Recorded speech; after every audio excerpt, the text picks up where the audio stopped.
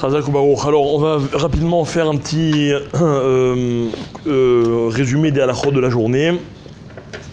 Donc, on a déjà parlé du Ta'anit, en espérant avoir été entendu. On a dit hier que c'était un minag. Voilà, mais c'est un minag qui a été très répandu. Maintenant, alors c'est bien de se couper les cheveux et de se raser la veille de Rosh Hashanah. D'accord, et si possible de le faire le jour et avant Chatzot. Ça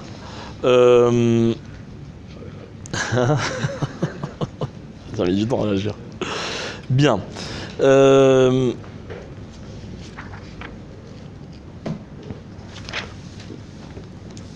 Alors, comme vous l'avez constaté, aujourd'hui, on a donc pas fait Tachanoun. Maintenant, normalement, il y a une marloquette à propos des Tachanounim qu'on dit pendant les Stichot. Ok. Chez nous, on a le minhag de les dire, étant donné qu'on les dit tout au long de Elul, donc de les dire aujourd'hui aussi, sauf les passages que l'on saute. Par contre, quelle est la particularité des Tachanounim qu'on ne dit pas aujourd'hui, par rapport à tout le reste de l'année? Quelle différence il y a entre aujourd'hui, où on n'a pas dit Tachanoun, et tous les autres jours de l'année où on ne dit pas Tachanoun? On n'est pas aussi maintenant. Avant Shabbat, on ne dit pas seulement la pluie. Non, d'accord, mais je te parle des jours où on ne dit pas Tachanoun du tout. Voilà. Que normalement, quand on ne fait pas Tachanoun une journée, la veille à Mincha, on fait. Ah ouais, maintenant je vous dis, vous savez, d'accord, très bien. D'accord. Ensuite, alors on va tout de suite dire Ataran et Darim, mais je reviendrai là-dessus dans un instant. Alors le Ta'anit, il y a plusieurs avis. Certains disent que on jeûne jusqu'à la fin de la journée, jusqu'à la nuit, quoi. Donc jusqu'au kiddush de ce soir. D'autres disent que d'Afka on mange avant l'entrée de la fête, donc après Mincha. Et d'autres, et évidemment, après ceux qui ne sentent pas de jeûner toute la journée, ils peuvent faire jusqu'à Chatzot. En tout cas, tout ce qu'on fait, évidemment, c'est bien. Seulement quelqu'un qui jeûne jusqu'à la nuit, il peut faire un Hénou dans la Hamida. Les jeunes ne peuvent pas faire un Hénou dans la Hamida, même s'ils font Mincha en Ta'anit, mais s'ils mangent avant la fin de la journée, ils ne peuvent pas faire un Hénou. Ensuite, on a le minag d'aller au mikvé. Ok. Alors, on avait déjà expliqué précédemment, quand on va au mikvé, au minimum, il faut faire 5 tevilotes. Se tremper 5 fois. D'accord? Maintenant, quelles doivent être les kavanotes à chaque fois qu'on se trempe? Alors, la première fois qu'on se trempe, c'est Mishum Tahara. D'accord? Donc, pensez à se purifier, tout simplement. La deuxième, c'est contre la colère, contre le casse. J'ouvre une petite parenthèse, on n'a pas le temps maintenant de développer, mais il faut comprendre que l'eau, c'est-à-dire les vertus de l'eau à l'intérieur d'un mikvé, elles sont de la dimension de Yesod, d'accord, dans les sirotes, et que le Yesod, il rattache l'homme à certaines, on va dire à certaines sources, c'est le cas de le dire, et voilà pourquoi c'est métahère, et c'est bien contre le casse, bref. Donc c'est bien d'avoir cette kavana. Première fois, dire je veux me purifier. Deuxième fois, je vais être métaken, je veux réparer à la faute que j'ai pu commettre tout au long de l'année en me mettant en colère. Bon, je pense qu'ici ça concerne personne, mais on ne sait jamais. Ok. La troisième chose, c'est d'être mématek et adin, c'est-à-dire que l'eau a cette vertu d'adoucir le jugement de Hakadosh Baruch Hu. Ok. La quatrième, c'est de se libérer de tout ce qui est attaché à nous, qui s'est attaché à nous pendant toute l'année qui est passée. D'accord?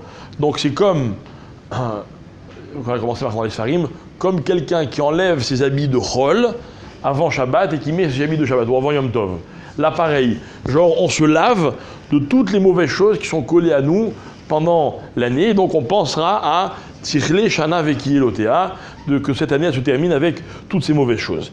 Et enfin la cinquième, c'est de rentrer dans la dimension de la Kedusha, d'accord? Donc on pénètre dans un monde nouveau, qui est le celui de la Kedusha, et en même temps on pense à un Tachel Shana Birkotea, on rentre également dans une nouvelle année, si Dieu veut, qui sera pleine de brachot.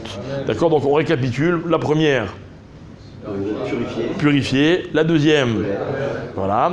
La troisième, adoucir le din. La quatrième, c'est se débarrasser des mauvaises choses. Et la cinquième, c'est rentrer dans la kedusha et dans les bonnes choses. Chazak ou baruch. Je ne suis pas sûr que vous allez vous en rappeler au moment du mikvé, mais regardez ce que je vous propose, c'est marqué dans les Sfarim. Vous pouvez penser maintenant que quand vous allez faire le mikvé, voilà pour quelle raison vous allez faire les 5 fois. Pas mal, non? Ok, très bien. Non, c'est pour ne pas que vous vous énerviez dans le mikvé, on aurait tout raté. On aurait tout perdu, d'accord? Autre mina qui est très bien, c'est d'aller prier sur... Hein? C'est d'aller se recueillir, enfin prier sur les kivrei tzadikim, le jour la veille de Rosh Hashanah, d'accord? Et de demander aux tzadikim d'intercéder en notre faveur, ok? Et il ramène que le minhag c'était d'aller là-bas et de donner de la tzedaka aux pauvres. Ok, il y a des pauvres qui connaissent bien ce minhag. En général, quand on arrive dans les cimetières, il y a beaucoup de... Mais c'est une mitzvah de leur donner de l'argent, donc aussi de rajouter de la tzedaka aujourd'hui. Bon, il m'est arrivé un incident très mignon ce matin, je sortais de chez moi, j'ai rencontré, mais vraiment à 10 mètres de chez moi, quoi. Le gars qui vient ici souvent pour ramasser de l'argent, il faisait du stop. Et donc je dis voilà, Chami m'a envoyé le... Et... Hein? Non, il m'attendait pas, il était plus surpris que moi quand il m'a vu. Alors, ok, donc d'aller sur les Kvarim et de prier, c'est quelque chose de très important et c'est une bonne chose. Alors vous remarquerez que beaucoup de gens vont la veille de Kippour, ok, mais en vérité, il faut faire une petite mise au point. Les gens ils vont la veille de Kippour parce que comme après on ne peut pas aller jusqu'à la fin de Tishri, alors ils prennent leurs précautions et ils ont pris le minhag d'aller Erev Kippour. Mais en vérité, la raison pour laquelle on va Erev Rosh Hashanah et Erev Kippour, c'est pour demander aux tzadikim d'intercéder en notre faveur ces jours-là. Et bon, d'ailleurs, il y a dans les Sidurim une très belle tefila à dire, particulièrement pour ce jour-là.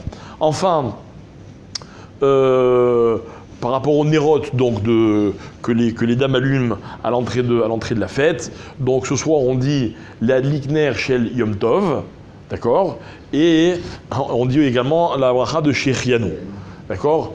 Maintenant, demain, quand elles allumeront, enfin demain après-midi, pour le deuxième jour, alors c'est bien au moment de Shechianu d'avoir ou un vêtement neuf, ok, ou même un fruit nouveau, même si elle ne le mange pas tout de suite, mais elle a la kavana de faire Shechianu aussi sur des choses nouvelles. Et nous aussi dans le Kiddush, c'est bien, si vous allez faire des courses aujourd'hui, d'essayer de dégoter un fruit que vous n'avez pas encore mangé, et de le garder pour, si Dieu veut, le Kiddush du deuxième soir de Rosh Hashanah, pour dire Shechianu, l'école adéot.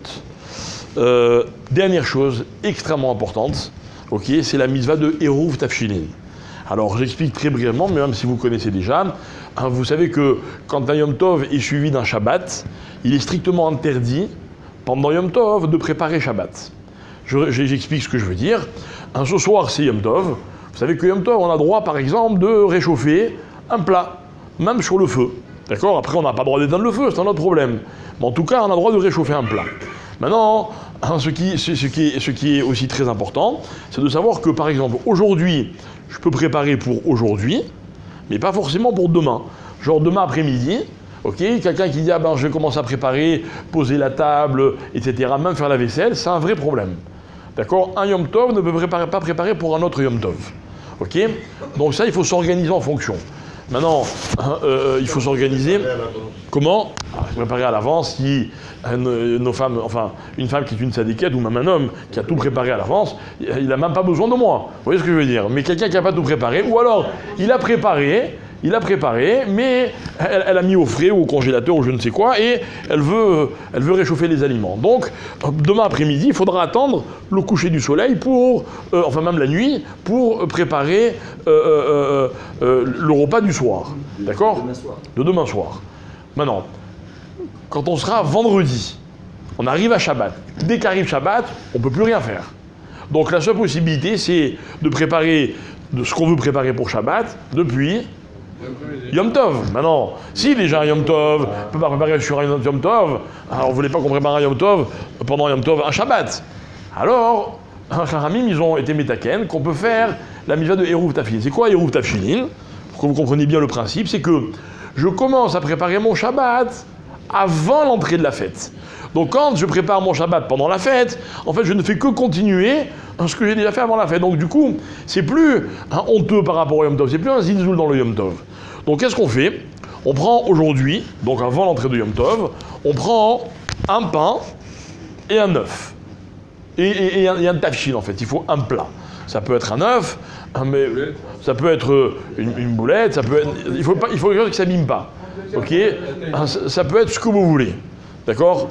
Maintenant, ça peut même être une boîte de conserve si vous avez envie. D'accord?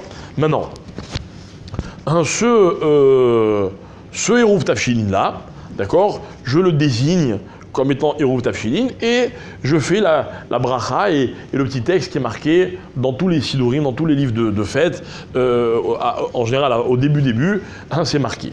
D'accord? Maintenant, qu'est-ce qui se passe avec, qu'est-ce que je dois faire de ce plat et de ce pain? Alors d'abord, il faut savoir que le pain...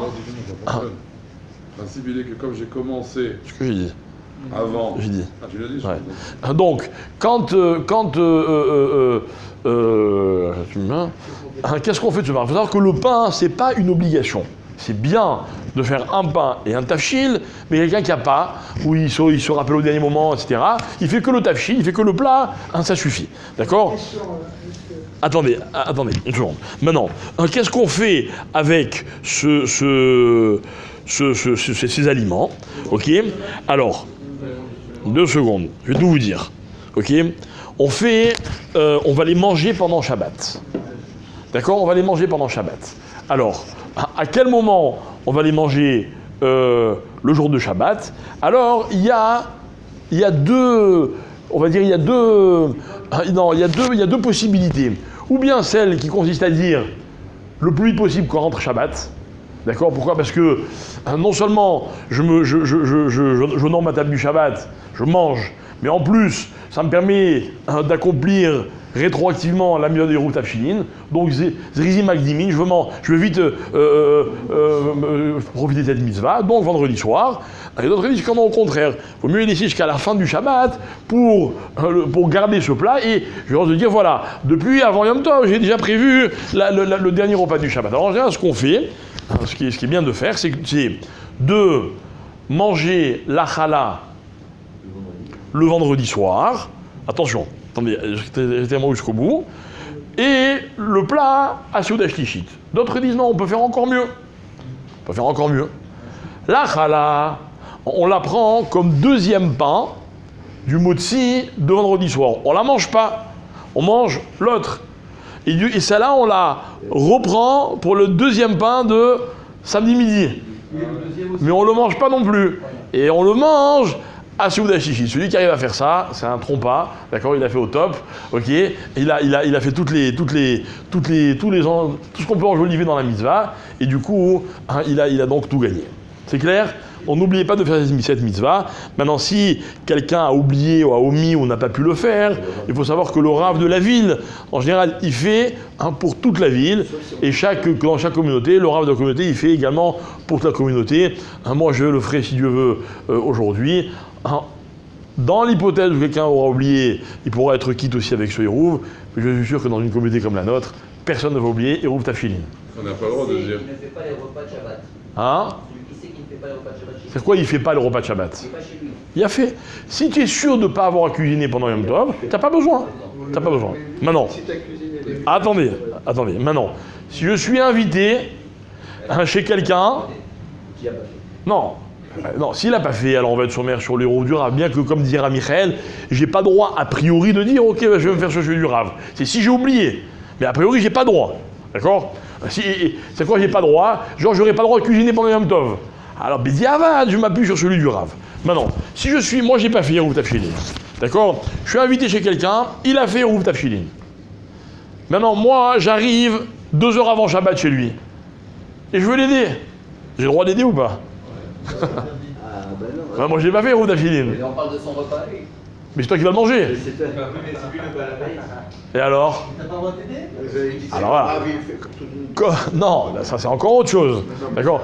Maintenant, étant donné que c'est son repas à lui, et que lui il a fait Eruv Tafshinin, alors moi j'ai le droit même de l'aider pendant Yom Tov. Donc il n'y a pas d'excuse à ce niveau-là. Hein? Le héros pour allumer les Il y en a qui disent comme ça. Il a fait mode. Il y en a qui disent, Pour les nez, moi. il y en a qui disent que, voilà, Bidiouk, même si, non mais là on est là, une question, enfin bref, il y en a qui disent que pour allumer les nérotes, il faut avoir fait Eruv Tafshinin, d'accord? Maintenant, ben, on a le droit d'allumer des nérotes. On a le droit d'allumer des nérotes pour Shabbat que si on a fait Eruv Tafshinin avant Yom Tov. Sinon ça s'appelle qu'on fait Yom Tov, on fait Melacha pendant Yom Tov. Tu vas allumer avant Shabbat. Tu vas allumer pendant Yom Tov pour Shabbat. Bon, après, voilà. Maintenant, regardez, comme il y a plusieurs types de mélachot qu'on peut avoir envie de faire pour préparer son Shabbat.